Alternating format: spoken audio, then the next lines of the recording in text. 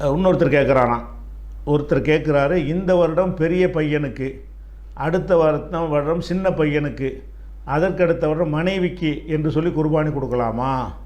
குர்பானி கொடுக்கும்போது இந்த வருஷ குர்பானி மூத்த மகனுக்கு, அடுத்த வருஷ குர்பானி ரெண்டாவது மகனுக்கு, அடுத்த வருஷம் உள்ள குர்பானி வந்து மனைவிக்கு, இப்படிங்கிற மாதிரி நான் கொடுக்கலாமான்னு ஒருத்தர் கேட்குறாராம்.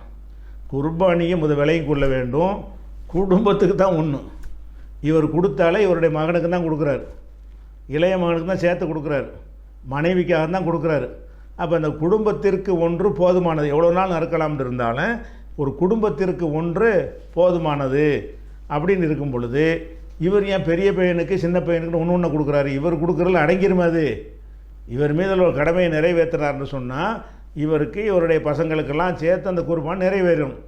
ஆனால் அந்த பசங்க பையன்னு சொல்லக்கூடியவர் வந்து மேஜர் ஆகி போய் அவரும் கல்யாணம் பண்ணி அவர் குடும்ப பிள்ளை குட்டிகளோடு இருந்தார்னு சொன்னால் அவருக்கு வசதி இருந்தால் தனி கடமை அவருக்கு.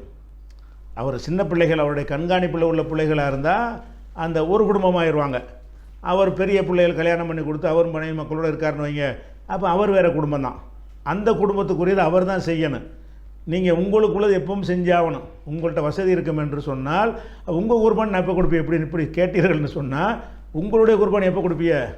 மூத்த பையனும் கொடுத்து விட்டியா? உங்களுக்கு உள்ளது நீங்கள் கொடுக்குறதெல்லாம் கேட்பானே. அடுத்த வருஷம் இளைய மகனுக்கு கொடுத்துட்டீங்க, நீங்கள் கொடுத்தியான்னு கேட்பானே.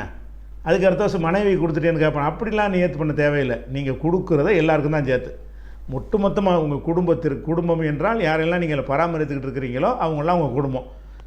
தனித்தனியாக போயிட்டாங்கன்னு சொன்னால் அவங்க வேறு குடும்பம். அந்த குடும்பத்துக்கு வசதி இருந்தால் அவங்க கொடுப்பாங்க, வசதி இல்லைன்னா எல்லாம் கேள்வி கேட்க மாட்டான்.